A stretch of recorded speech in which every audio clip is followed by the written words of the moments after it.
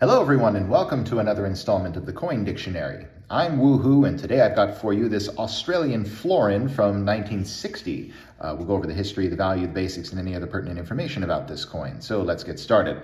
On the obverse, we see the first crown portrait of Queen Elizabeth II, not crown portrait, laureate portrait of Queen Elizabeth II. What am I saying?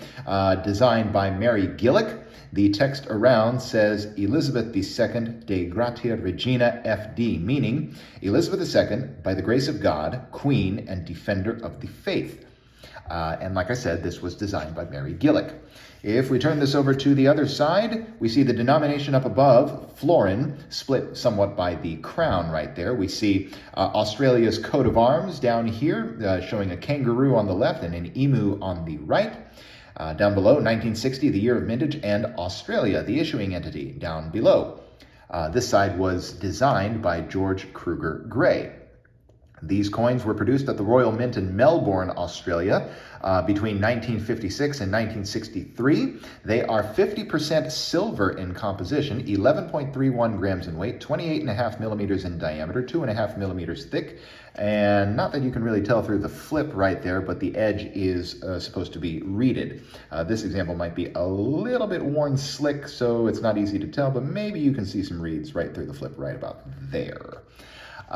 Now, it should be noted that this coin was part of the Australian pound, which was in circulation from 1788 to 1966, when it was replaced by the Australian dollar, which still circulates today.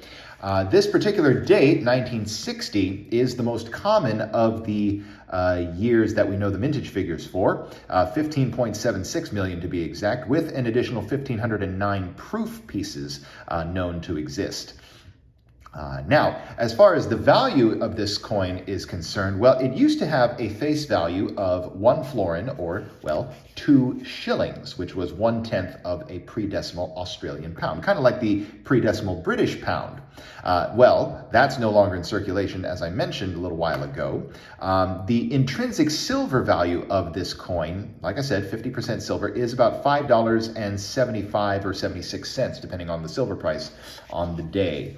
On the secondary market, if it is heavily circulated,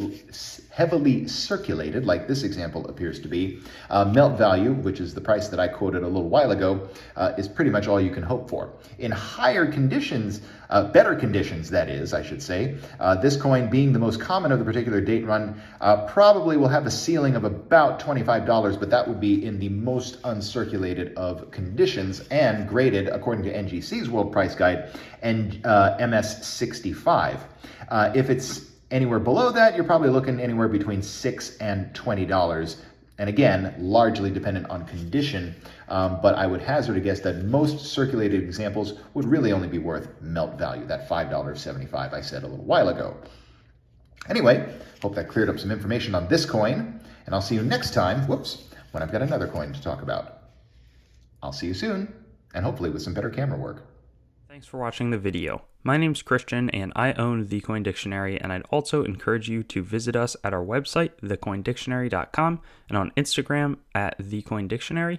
And I'd also like to draw your attention to some other helpful coin resources, such as my other YouTube channel, Treasure Town, which does more in-depth videos about coins and collectibles, as well as some resources like coinmeltprice.com, which shows up-to-date precious metals pricing, as well as the melt values of the coins that you own, coinsmetalscards.com, which will both be a marketplace and a news source for coins, metals, and cards, as the name suggests, as well as whatsthegrade.com, which will develop into a stickering service for already graded collectibles.